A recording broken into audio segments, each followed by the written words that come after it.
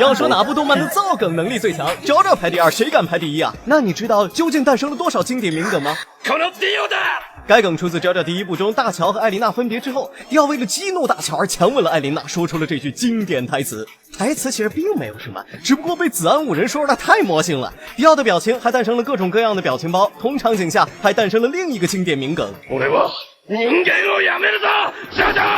这句台词可以说是第一部中最知名的话，赵家和迪奥的恩怨就是从这句话开始的。谁还记得迪奥一开始只是为了争家产？这句话也被网友评价为迪奥的不做人圣经，甚至迪奥的声优子安五人也从此改名为了子安五。迪奥在大乔被转移注意的瞬间，用匕首刺向大乔，打算开启食鬼面，结果是大乔的父亲帮大乔挡下了这刀。这里也诞生了另一个名梗，乔斯达家一生一次的瞬移。由于后面几部中也有瞬移，这个梗也被称为JoJo家祖传技能。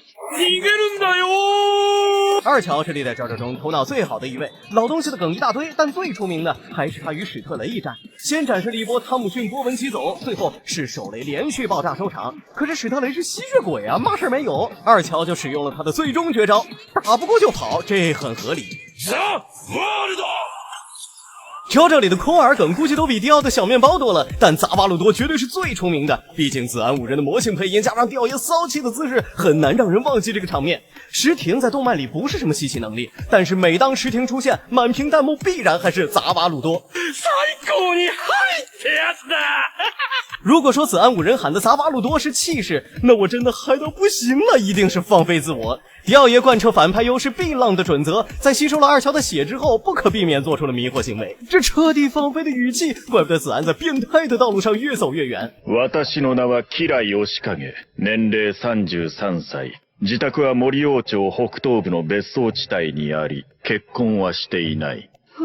这种人那神经病。作为JoJo中另一要求全文背诵的圣经，面对收成者的围攻，吉良吉影丝毫不慌，甚至还做起了自我介绍，在专属 BGM 和平静的语调下，透出一股诡异的感觉。崩凉崩影和崩坏杀手在动画里，吉良吟唱完圣经之后，霸气的皇后杀手隐现出来，不管是身边的黑气，还是隐藏在黑气下的脸，都给人以极大的压迫感。但是下一秒，杀手皇后显露真身之后，给人造成了极大的反差，抽象的表情，生草的眼神，开始展现出的压迫感瞬间没了，转而给人一种极其抽象的感觉，从而生出了极多抽象表情包，更是在贴吧里广为流传。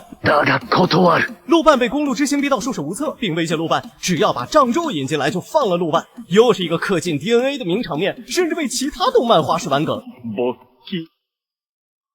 吉良吉影最出名的还得是这句 Bucky 梗。当时吉良吉影被全员包围的必死结局中，救护车上的护士去问吉良吉影状况，吉良吉影想发动败者之臣，需要被装上炸弹的普通人了解自己，顺便干了一下老本行。在吉良吉影的回忆中，他看见蒙娜丽莎的手启动了航班，说出了这段话。这一画面也被称作世界名画。JoJo 创造的名场面远不止这些，身为老牌动漫却因为画风问题劝退很多想入坑的新人。如果你能顶住画风看下去，会发现 JoJo 的精彩不仅如此。